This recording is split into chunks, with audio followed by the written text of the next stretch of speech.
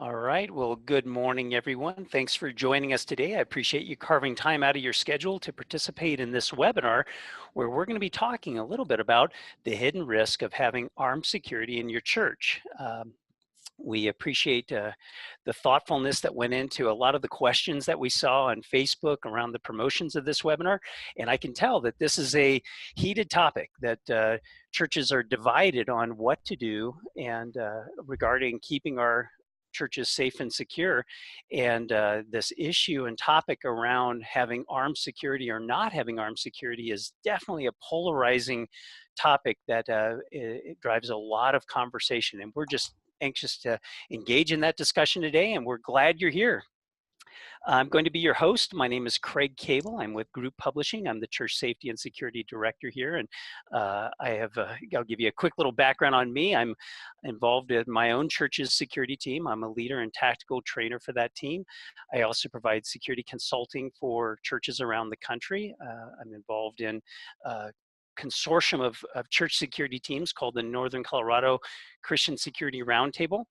And I'm just passionate about finding ways and developing communities around keeping our churches safe. I'm also a firearms instructor, range safety officer, and I'm trained in a variety of different skills and abilities around active shooter, tactical trauma, crisis intervention, and tactical communication. We want to make sure that you are all able to participate in this webinar. So if there's any technical issues that you run into along the way, use your chat box feature. You can just type in that you're having a problem hearing or having any issues with the slides, and we have people standing by that can respond to those questions. We also would like for you to submit your questions. If you hear something that's shared that provokes a question that you'd like an answer to, we'd encourage you to use your Q&A box. Post your question, and we'll be monitoring those questions. And if there's kind of a consistent question or a theme that keeps coming up, we'll try to address that question live on air here on the webinar. I'd like to introduce my guest, Steve Case. He's from Brotherhood Mutual Insurance Company. Welcome, Steve. Thank you. Thank you for having me, and good morning or good afternoon, depending on where you are. Yes. Well, tell us a little bit about your role at Brotherhood Mutual. Sure. I'm Assistant Vice President, Senior Corporate Counsel at Brotherhood Mutual. I've been in this position for about 4 years, and before that I worked in insurance defense, so I was representing folks after something had allegedly happened. About 4 years ago, I came over to Brotherhood Mutual, and now I get to work with ministries on a day-in, day-out basis with proactive risk management strategies, and that's what we're going to be talking about today. And this is kind of what I live for. It's what gets me up in the morning, is helping ministries basically prevent some of the risks and concerns that are out there. I do, however, have to give my attorney disclaimer every single time, and that is I can't offer legal advice because I don't know what state folks are in, and I'm not licensed in every state. But I do hope that as we talk today, that we can talk about some good risk management practices and some of the issues that ministries are already facing across the country. Well, Steve, thank you for being here. We are thrilled by the partnership that group has really just we're so gratified to be able to partner with an organization like Brotherhood Mutual. You're celebrating your 100 years of Yes. serving the local church. And I think we both, not only group and Brotherhood Mutual, but you and I both have just strong perspectives and a passion for serving the local church and protecting our flock. And I really appreciate your insights and just perspective on what are the ways to mitigate some of these risks and how do we serve those who are serving in our local church more effectively. So thank you for coming today. Absolutely. Glad to be a part of this. Well, we'd like to get a feel for who's on the webinar today, and we've seen a variety of roles represented who have an interest in this topic. So we're going to be launching a poll. You hopefully will see a poll that gives you an opportunity to select whether or not you're a church security team leader, maybe you're a member of a church security team, maybe you're on staff or an elder or a deacon or someone part of the ministry organization. Maybe you're just a passionate congregation member who is concerned about concealed carry and how does that apply? Or maybe you have a totally different other role that you'd like to identify. And if you check other I would love for you to use your chat box and identify what that role is. We'd love to just, once again, have perspective on everyone who is a part of this dialogue. So we'll give you here a second to select what role you play in church security, or what your connection is with church security, and then we'll uh, we'll close the poll.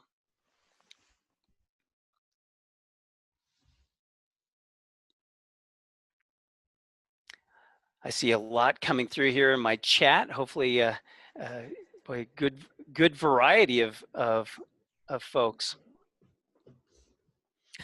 We have one person who says, "I'm all of the above" on the poll. Yeah, I would say there's probably a lot of people who fit that description as well. All right. Well, boy, based on just the percentage here, looks like the majority are representing ministry leaders, boy, I'm excited to see to see people who are leading our churches, who are just trying to seek answers, trying to seek understanding of what are some concerns that they need to be aware of, and then how do we protect our people. So that's great. Thank you so much for submitting the poll. All right. Well, we're going to dive a little bit into um, what is the spectrum of the whole concealed carry discussion. And Brotherhood Mutual created this great chart, and we're going to provide this to you when we send out the link to the webinar. You'll have this as a PDF download. But what I find handy about this is it gives the whole spectrum of all the way from more ministry control, no one is allowed to carry on premises at the church, to all the way to the spectrum of anyone can carry. And each one of those facets of the concealed carry discussion come with their own unique challenges, risks, and opportunities. And Steve, I'd love for you to speak into each one of these, and then we'll kind of camp in one particular area afterward. Yeah, absolutely. So, we created this piece in the wake of the Sutherland Springs tragedy. And it was because after Sutherland Springs, we were getting hundreds of questions in from ministry leaders across the country. And a lot of times the question is, can we allow firearms on our campus? And then also, should we allow firearms on our campus? And more often than not, we'd have to respond back to say, it's not always a simple yes or no question. And that's because the laws vary significantly from state to state. And it also comes down to understanding your own individual flock. You might live in an area that has strong opinions with respect to firearms, and your congregation might have strong views with respect to firearms. So it is very much an individual ministry decision, but it also is based very specifically on state and local laws wherever you're located. But from a general risk management perspective, this continuum tends to kind of capture the questions that you as a ministry should be walking through if you're evaluating whether to allow firearms on campus and to what extent to allow firearms on campus. And so, Craig, you mentioned kind of the bookends of the continuum, that you might be a church that you just want to take the position that we're going to exert more control here and no one is allowed to carry on premises. And that's okay. There are churches that do that.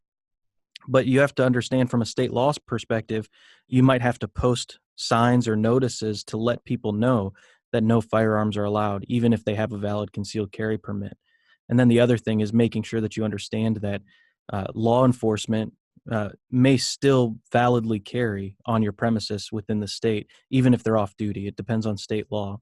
But then on the other end of the continuum is you might say, you know what, we're going to exert less control, and that is anyone can carry on our premises. And there's some states that if you don't have a policy, or you've never thought about this before, in some states that's the default position, that if you don't have a policy, then anyone with a valid concealed carry permit is allowed to carry on your premises. And then there's other states where the default position is that no one's allowed to carry on premises unless they're granted permission. And so if in those states, if you're going to say anyone can carry, you're going to again have to post notice or signs to let them know. And the other caveat here is, what are you going to do with potential violations? We've worked with some churches that they've said, we're going to allow concealed carry, but if we see it, and certainly if it becomes unholstered, that's a situation that maybe we're not comfortable with, because congregants will be uncomfortable. And so if there's a violation where you see a firearm or someone comes in open carry as a private property owner, you have the ability to restrict that person's attendance or kindly ask them to take it out to their vehicle and store it during services, or conceal it again. So that's the extremes. But what we're finding is that churches are really living in between that when they're evaluating the firearms in the church, and that is, you might have security team, or a vendor, or an internal volunteer team, but you also might want to evaluate: are you going to allow employees and volunteers to carry, or designated congregants or attenders to carry? So, kind of in starting here, on the far left, you have outside security. So some churches have made the decision that we don't have an internal security team, but we're going to hire off-duty law enforcement or an actual security vendor to handle security services during Sunday services or other activities. In doing that, I think there's a few caution areas or words of warning, questions that you want to evaluate, and that is, if you're going to have off-duty police officers, you really want to work with local law enforcement, the municipality or sheriff's department, to identify who is going to pay for workers' compensation and where is that off-duty officer covered if something does happen.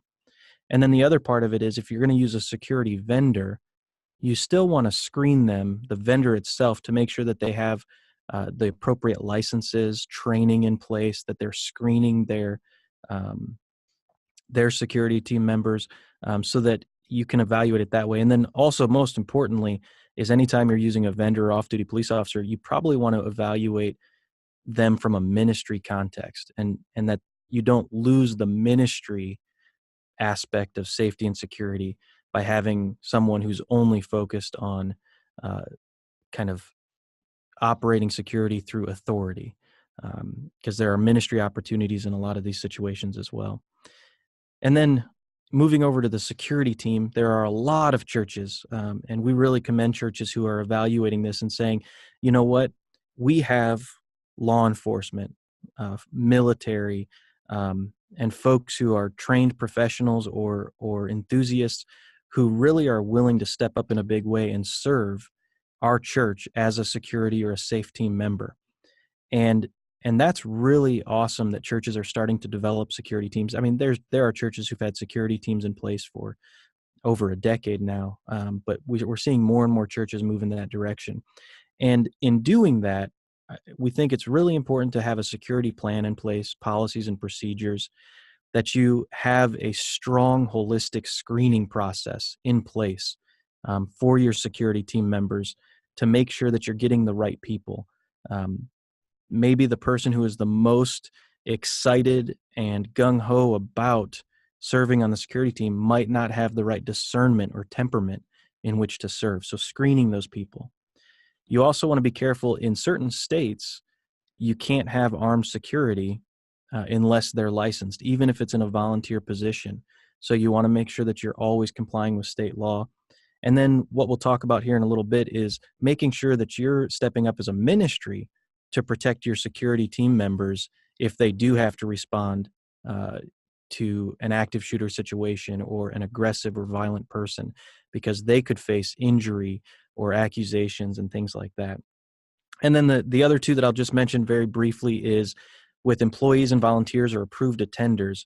What you want to be thinking about continually, and even on the security context a little bit, is, are you giving someone authority to act, or are you just allowing them to exercise their constitutional right to carry?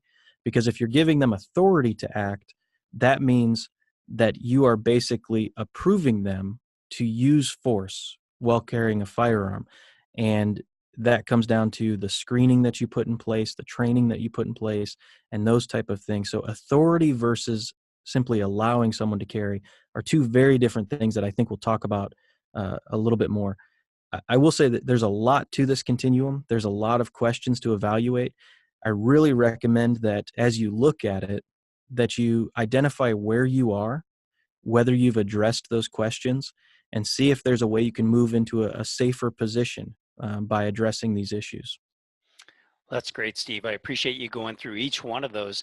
I oftentimes speak at different security events or hosting security trainings, and I'm finding a trend, and maybe you can speak into this. Is that trend is a tendency to say we know we need the ability to protect ourselves, and we recognize that armed security is the approved response that we would like, but we're not comfortable having a sanctioned security team, but we have sort of an implied security team that um, in the end, I would say the security team, quasi security team members or volunteer security team members are operating under the typical concealed carry lethal force provisions. If they, it's the ability, opportunity, jeopardy. If there's a threat of lethal force, threat of death or physical, significant bodily harm, they have the ability to defend themselves, Hmm. which I think is very clear cut. Okay, person's about to shoot you or kill you, you have the legal right to protect yourself. What I'm finding is where the security team members are at a huge risk is when it's a dangerous situation, it's a volatile situation, but it's not as clear cut as a clear lethal force response. And yet they're still acting on behalf of the church, and yet they have no protections afforded to them, not being identified as a security team member and not being on the insurance policy. So we're going to dive a little bit into those risks. So I would say for the next part of this discussion is really around this authority to act Hmm. consideration. So let's talk a little bit about that. What are some of the risks and liabilities that come with having armed security? And I would say that can be sanctioned and determined, but I'm finding more and more they're sort of operating under the radar screen, using their CCW protections in lieu of a more formalized process. And let's talk about the first one. I think it's been my experience that it really opens the church up for a potential lawsuit. Would you mind talking about what would that look like? How would that lawsuit come to bear, and what is their liability? Yeah, there's a little bit of a misnomer, and I'm going to blame attorneys. 99% of attorneys give the rest of us a bad name, but the thing is that a lot of times attorneys talk in terms of risk is that control equals risk or control equals liability. And so what you said, Craig, is that we're starting to see more and more ministries say, well, we want to, if someone's willing to protect our church, if they're a concealed carry permit holder and we know that we have armed folks on our premises, we're just going to trust that they're going to defend the church if something happens. Or we have folks who are embedded as ushers or greeters, or in our youth or children's ministry, and we know that they carry. And so we're just going to trust that they're going to step up and defend us when an issue arises. And I think the thought process is that we're not exerting any control over them, so we probably don't have any liability, but we know that they're going to protect us if something happens. And and that really kind of turns it on its head a little bit, because what we would say is if a ministry knows that someone is carrying a firearm and they've kind of given implicit permission or authority for this person to act on their behalf. So, for instance, if you have a volunteer who is an usher and the church knows that they carry, and the volunteers talked about, they will step up and protect the church, and no one in leadership has corrected them and said, hey, just, so you don't have authority to use that firearm on our behalf, but we're allowing you to carry because of your constitutional right. Well, if something were to happen, uh, then that individual volunteer is likely going to say that they believed they had authority to act and they were acting on behalf of the ministry. And so the ministry has potential exposure there. I'll give an example of a claim that we had, and it really is a terrible claim. Uh, we insured a church in which there was an individual who was on the autism spectrum, and he was disruptive, agitated, and a bit violent, sitting in the back of the church. And some volunteers came over to him and tried to kind of de-escalate the situation. And as they went to get someone more senior who might be able to handle the situation, a congregant who um, had a concealed carry permit and was armed came over and took it upon himself to tell the individual that he needed to leave. and that individual pushed him and then punched him, and the congregant took out his gun and shot the gentleman who was aggressive. Um, and he actually was criminally charged. And the question became, did the church implicitly authorize him to act because they didn't, question his carrying, and they didn't have a security team in place or anything like that? And this is the issue that we can potentially get into, is because you have someone who is known to the church to carry, is allowed to carry, but feels like they've been authorized to act on behalf of the church, but has never, to their knowledge, gone through any training or screening to recognize, do they have the right discernment to say, when is it appropriate to use lethal force? When is it appropriate to use any form of force? And unfortunately, he was criminally charged for unreasonable use of force in the death of this gentleman. And so taking a hands-off approach does increase the risk of potential liability if you're confusing the issue of authority to act versus allowed to carry. Hmm. Well, you hit on something that we'll jump into the next point, which is another risk, is unqualified or untrained individuals potentially overreacting, and maybe in Mhm. that situation, that's a glaring example of an overreaction, but potentially underreacting, where someone that it's clear grounds for lethal force, but their lack of training, underreacting in that situation too. What's thoughts on that? Yeah. So, we would look at, and I'm going to talk more in terms of security teams. When you have a team of volunteers, I think it's very important for churches to be very explicit with what they are authorizing a security team to do. So there are some churches that say our security team of volunteers are in an observe and report capacity. And so they might make the decision not to allow them to carry firearms because it's purely observe and report, and that is to authorities. You might have an off-duty officer on premises, so the security team observes something, they report it to the off-duty officer, and the officer takes control of it. If you have an observe and report structure, but you allow security team members to carry firearms, you have implicitly elevated that to an authorized to respond security team. And that is that whatever they do is going to be deemed as on behalf of the church. So if they have a firearm or the ability to use force, you want to make sure that you're doing the right qualification and the right training. And so that's firearms training. That's verbal de-escalation tactics, defense tactics. So actually, close quarter altercations and things like that, so that someone does have the right discernment. They know the right response. I think of a book called uh, "The Power of Moments," in which it talks about practicing courage, and in doing that, folks who go through it over and over in their mind or through physical repetition, they know how they're going to respond in a certain situation. So that way, there's no overreacting or underreacting, and you hopefully minimize the risk of any accusations of um, unlawful use of force. Or the alternative, like you said, Craig, is underreacting in the situation and not taking someone out, or using appropriate force to hopefully save people's lives, or at least save people from injury.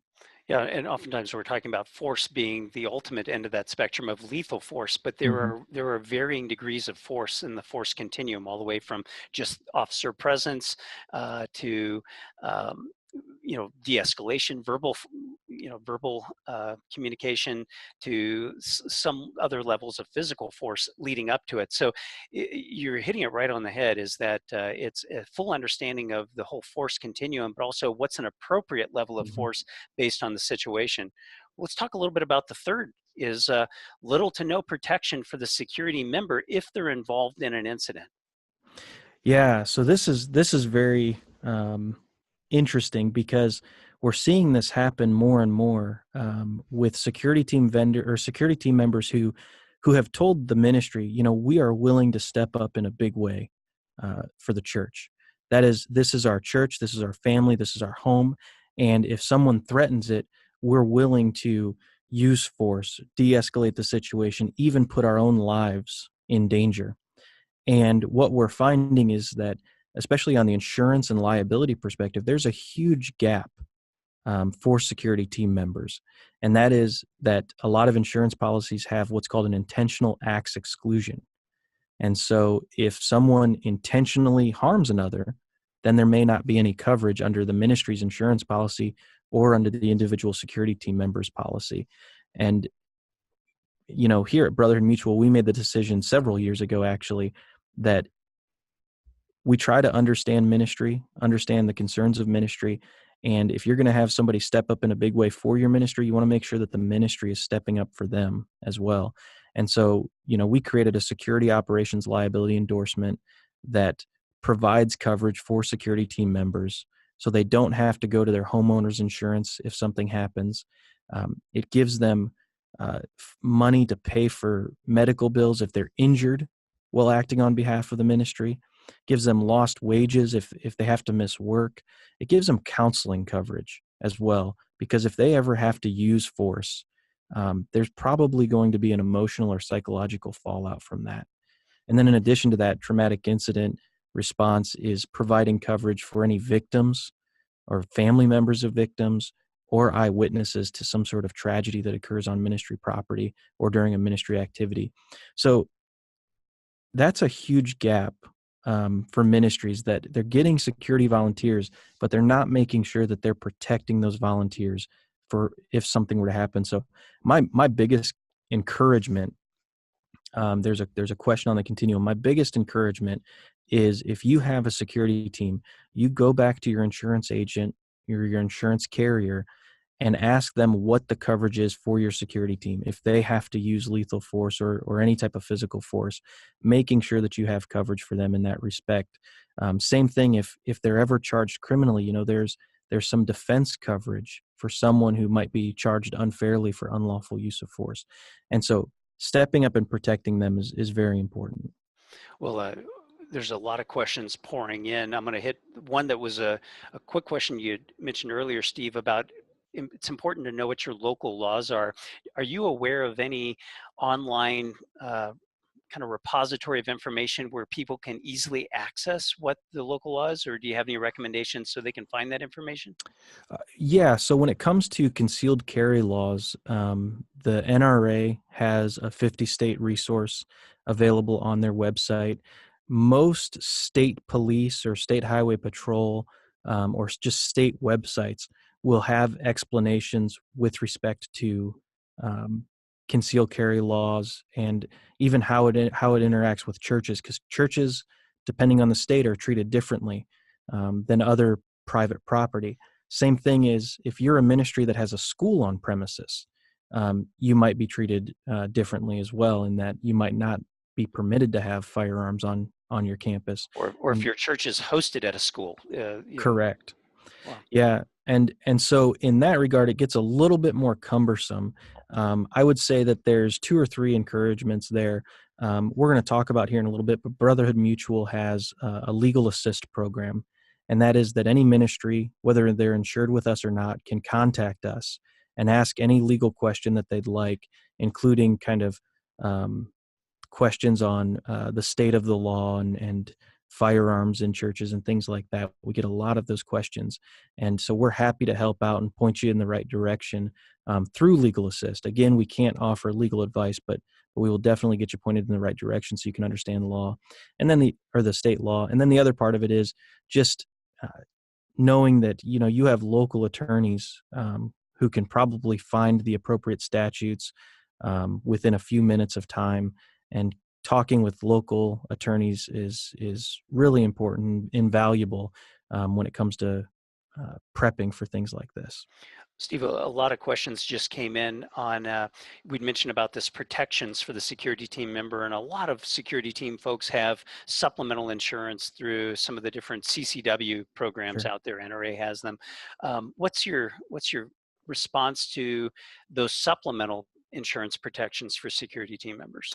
Yeah, those are good programs to have for sure, and they definitely help. And I know that one of them, the NRA program, that also dealt with if you're accused of unreasonable use of force. So they vary quite a bit, and some states don't allow those type of coverages or personal lines, and so you want to evaluate that. But the other thing is, so having that personal is good. I would verify that it provides liability coverage, that it does provide kind of the fallout of counseling, lost wages, medical, if personal property is damaged. And then the other part of it is making sure that it is going to defend you if there's any type of criminal accusation or criminal indictment, with that respect. And you can go that route. I think it's where our philosophy is a little bit different. It's a cost shifting, is that we say, we're just going to add it as an endorsement to the insurance policy. And so it becomes cheaper, and it's not pushing the cost onto the individual security team member necessarily. Hmm. Well, as we start to get into this next portion, which is ways you can mitigate your risk, and we've kind of highlighted a few of those, I want to call out one of the comments that was made was, and maybe there's others on the webinar today who are thinking this, is that, wow, there's so much risk associated with a church security team. Is it just better to get an off-duty officer? Mm. I know I have my personal opinion of this is that having volunteer security team is a wonderful asset to the church. It taps into ways to be able to serve, and it provides an affordable option for churches of any size to be able to protect their people. So I think for some churches, an off-duty officer makes sense if that's the decision they're out to go. But my hope is that you're not hearing me discourage from having a security team. I'm just really advocating for the due diligence to uh, train the team, prepare the team, ensure the team. What's your feeling on that, Steve? Yeah, that's a great question. And I would say they're not mutually exclusive either. So Mm, having an off-duty officer on site is really valuable. Even having, that marked police car sitting in the parking lot provides a layer of security or deterrence. But a lot of times when we talk about security teams, our mind automatically goes to an active shooter situation. correct. And that's very important. Having a security team of volunteers, that this is their home, this is their church, they should have a basic understanding of evacuation procedures. And so if you ever have to evacuate or shelter in place, having a security team uh, basically it makes that more efficient and more safe. And then the other side of it is medical response. As a church, we're much more likely to face someone having a cardiac event or a seizure or a stroke or a terrible fall or injury. And so even empowering your security team members to be trained in CPR and medical response is extremely valuable. So I think you're absolutely right, Craig, is we would never want to deter anyone from setting up a security team. I strongly believe that the advantages far outweigh the negatives. Um, and having a security team, whether they're in an observe and report capacity or whether they're trained to respond, you're going to have value there, in being able to spot issues. And then also going back to the other part that I mentioned is always maintaining that ministry mindset Yeah. as well, because this is their home, this is their church. So if your mission is helping people find and follow Jesus, your security team is going to be able to operate under that mission as well. And that's important. Yeah, that's a great point. I know my experiences on our team have been far more centered around medical issues than Mm. security issue related issues. That's an excellent point. Well, let's talk a little bit about mitigating those risks. And so if your church has decided to have armed security, or really honestly any security presence, these are some of the considerations that we would recommend. First is develop clear policies and procedures for the authorized use of force. You mentioned on one end of the spectrum that you're there to observe and report, and that fits a lot of churches. I would say also you see the whole spectrum of that they are authorized to use lethal force if need be. So but it's what regardless of what you decide, it's important that you have clear documented policies and procedures around that use of force. And we have some suggestions here as we start to talk into the resourcing, ways to help develop your policies and procedures or enhance your policies procedures, because your ministry needs are going to evolve as your church evolves, and that's an important way to be able to serve that. So let's look at maybe the next one. Legitimize the presence of armed security. By having it sanctioned by the church and insured. We've talked a lot about that. It doesn't work to allow it to allow that responsibility to be displaced on the security team members without um, legitimizing the security team and developing it, training it, and really validating the contribution that they're making in service to the church.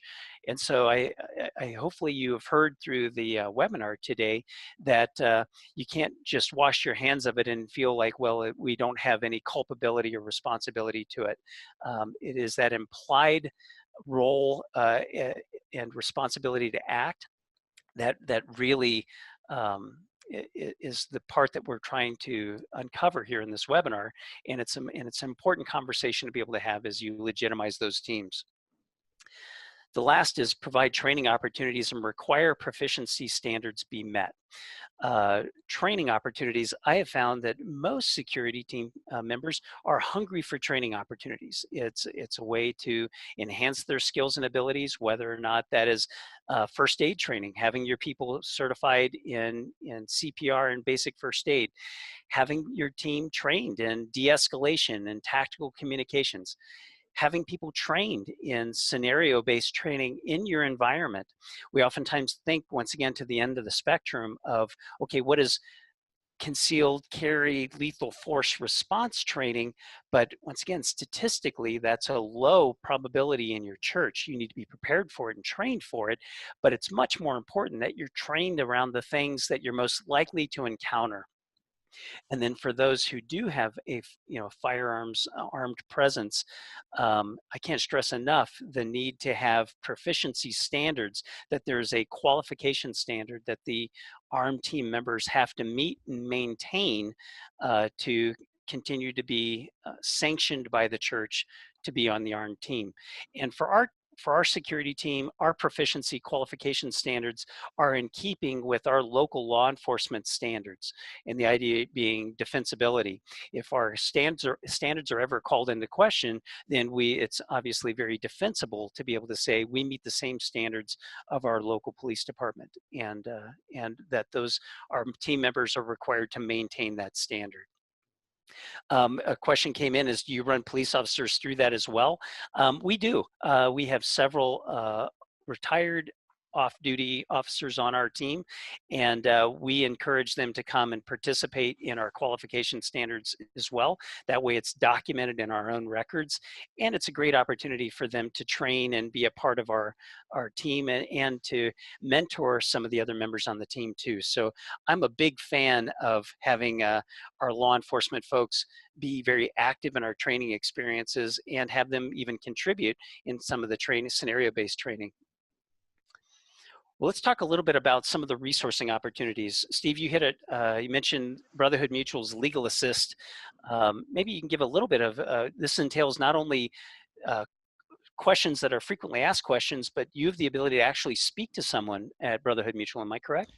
Yeah, this is actually one of the things that I love most about what I do and what our legal department does. You don't see a lot of in-house legal departments that get to work with the customer or the ministry on a day in, day out basis. And that's exactly what we get to do through Legal Assist. And I wholeheartedly believe it's the most important thing we do because it keeps us closest to our mission of advancing the kingdom by serving the church.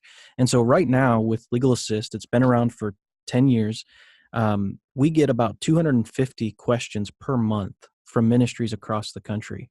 And they range from, you know, taking a look at a child protection policy to reviewing a contract that the church is considering entering into, to being in the midst of a current pressing situation, whether there's been an accusation or a rumor against the church and you're dealing with some public relations issues, or you have a sex offender attending the church and you're wondering what steps should you take to protect the church while still ministering to the sex offender.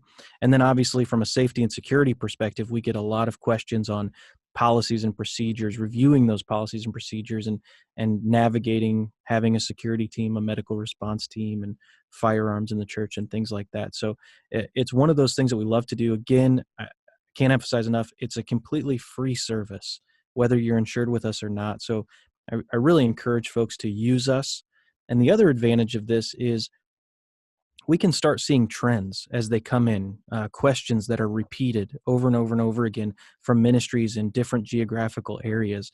And when we see those trends, what we do is on our Legal Assist page, we create a frequently asked question.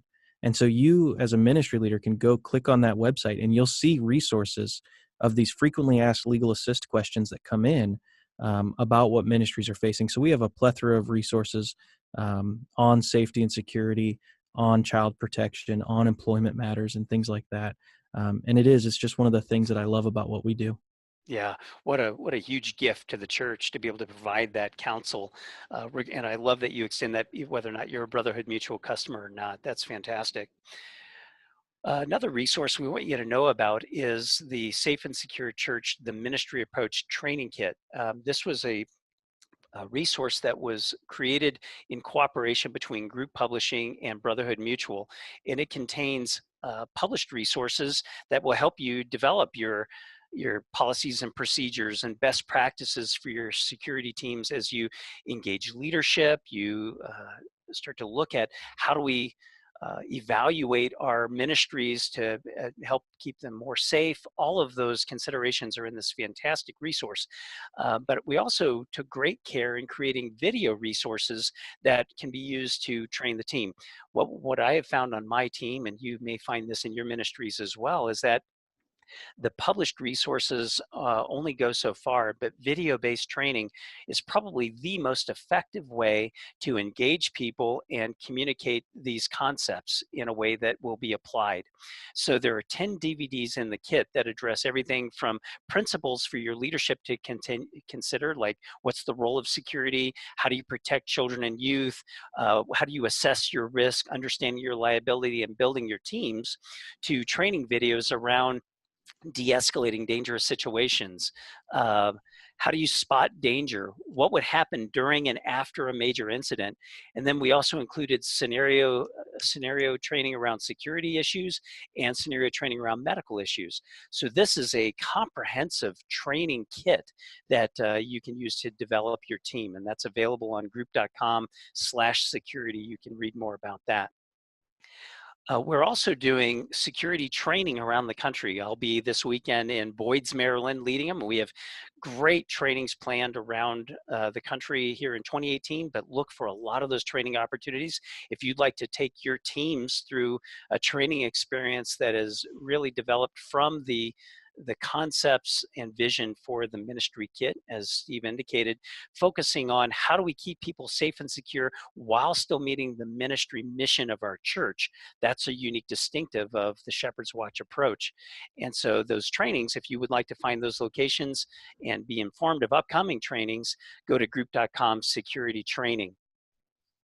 I also want to, if you enjoyed this conversation, Steve and I will be on a panel together at the Future of the Church Summit here at Group Publishing's headquarters in Loveland on October 24th through 26th, where we'll be talking a lot about what we talked about today, but it's a phenomenal summit where we really talk about a lot of the issues that are affecting the local church and what will be the challenges of the church for the church tomorrow. So we encourage you to come join us for the Future of the Church Summit later in October. Well, thank you all for joining us today. We hope that this webinar was offered a lot of questions and hopefully answered some of those questions. We'll be sending you a link to the webinar that you can share with your teams, and we'll also include that link to the PDF of that concealed carry continuum chart. Hopefully that'll be helpful.